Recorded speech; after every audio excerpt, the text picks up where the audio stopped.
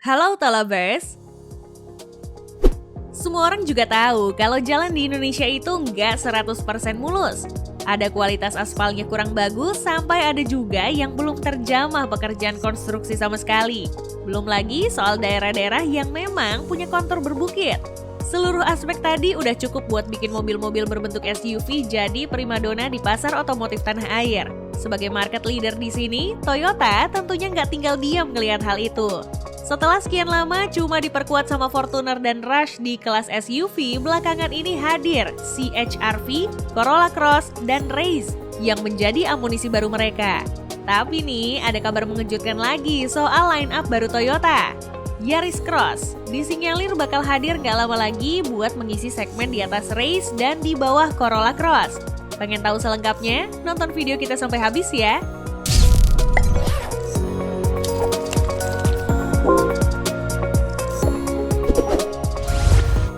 Dari namanya aja udah kelihatan kan kalau asal-usulnya dari mana? Walaupun Yaris Cross ini sepenuhnya model baru, tapi dia dibangun di atas basis yang sama dengan Toyota Yaris. Tapi bukan Yaris yang kita kenal di tanah air, melainkan Yaris terbaru yang dijual di Jepang dan daratan Eropa. Yaris yang ini dibangun di atas sasis canggih, Toyota New Global Architecture. Emangnya secanggih apa sih? Pokoknya sasis ini diklaim Toyota sebagai sasis terbaik yang pernah mereka rancang. Karena sasisnya lebih rigid, rasa mobilnya juga bakal jauh lebih fun to drive. Hal yang sama juga bakal kejadian sama Yaris Cross ini. Kasarnya sih, Yaris Hatchback dan Yaris Cross ini adalah mobil yang sama plek. Tapi tunggu sampai kamu lihat desainnya, gak ada sama sekali garis-garis bodi Yaris Hatchback yang ketinggalan. Desainnya kita bahas nanti ya. Yaris Cross ini mestinya diperkenalkan pertama kali saat Geneva Motor Show 2020. Namun gara-gara pandemi, launchingnya jadi dibikin virtual di bulan April. Hingga kini Yaris Cross baru dipasarkan di beberapa negara seperti Jepang, Australia, serta beberapa negara Eropa.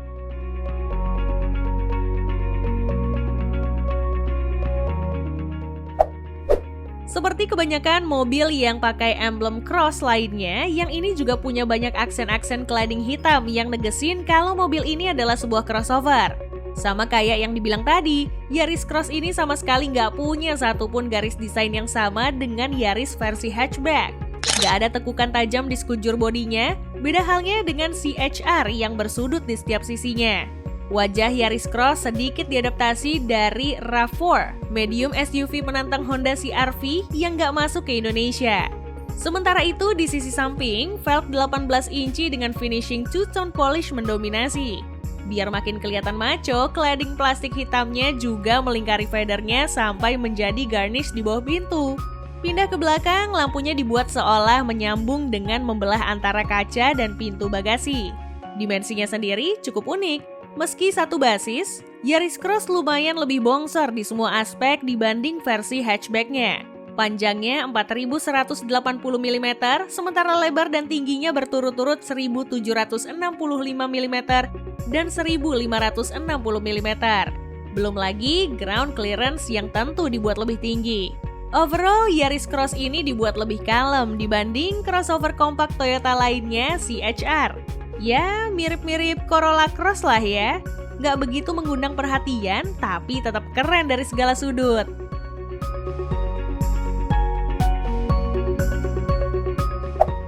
Ingat Yaris Bakpao yang sempat masuk ke Indonesia dulu? Kamu yang pernah naik mobil imut itu pasti ingat kalau di kabinnya banyak banget tempat buat nyimpen-nyimpen sesuatu, iya kan? Hal yang sama kejadian juga di Yaris Cross ini. DNA mobil praktis khas Japanese domestic market begitu kental saat masuk ke kabinnya.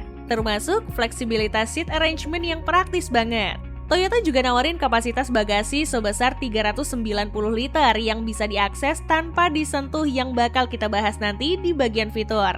Ngomongin soal desain, sudah pasti Toyota nggak pernah mengecewakan soal layout dashboard dari mobil-mobil berplatform TNGA-nya. Sama kayak luarnya, nggak begitu mengundang perhatian, tapi tetap keren dari segala sudut. Setirnya mengadopsi model setir Toyota modern yang dipenuhi tombol untuk mengontrol fungsi dari layar instrumen digital tepat di hadapan pengemudi.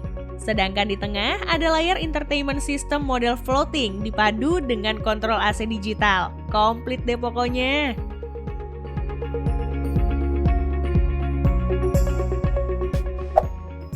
Sama halnya dengan versi hatchback, Yaris Cross ini membawa opsi mesin 1500cc 3 silinder.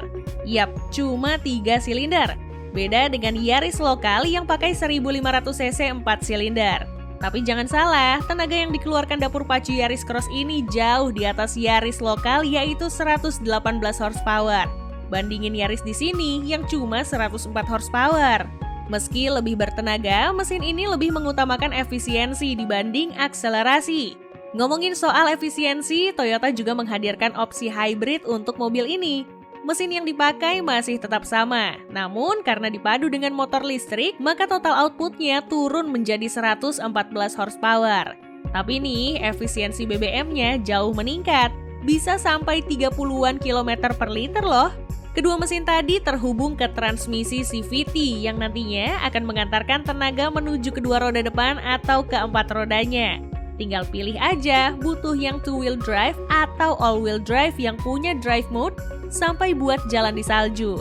Tapi kayaknya fitur ini nggak kepake ya di Indonesia.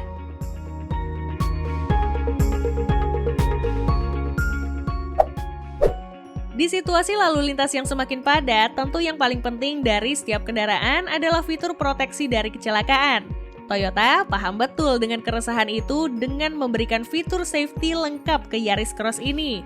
Contohnya, Adaptive Cruise Control yang pas diaktifin bakal ngejaga speed di kecepatan yang udah ditentukan sebelumnya. Gak cuma itu, kalau misal mobil di depan melambat, otomatis sistem akan mengintervensi rem dan memperlambat kendaraan. Selain itu, ada juga Lane Tracing Assist yang bakal membaca marka jalan buat mastiin kamu tetap berada di jalur kamu. Kalau aja kamu ngantuk dan mobil bergerak ke lajur lain, sistem akan memberi peringatan dan mengintervensi setir dengan membelokkan secara perlahan. Keren ya? Fitur-fitur pelengkap lainnya juga ada banyak loh. Ada power back door yang bisa membuka bagasi tanpa disentuh, kursi elektrik yang ada pemanasnya, serta layar entertainment 9 inci yang support navigasi Android Auto dan Apple CarPlay. Bahkan nih ya, buat tipe hybridnya ada stop kontak berdaya maksimum 1500 watt di bagasi.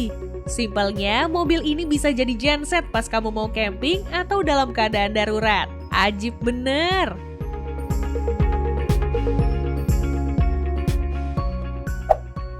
Baru-baru ini ada kabar kalau Yaris Cross sudah didaftarkan di Indonesia, tepatnya di Pangkalan Data Kekayaan Intelektual milik Kemenkumham yang menampilkan pendaftaran paten atas nama Yaris Cross. Tapi buat kamu yang udah kepincut sama mobil ini, jangan buru-buru mecahin celengan ayam jago kamu dulu ya. Soalnya meskipun ada indikasi buat dijual, tapi pendaftaran paten juga bisa bermaksud lain, seperti menjadi barang pameran atau bahan riset untuk pabrikan.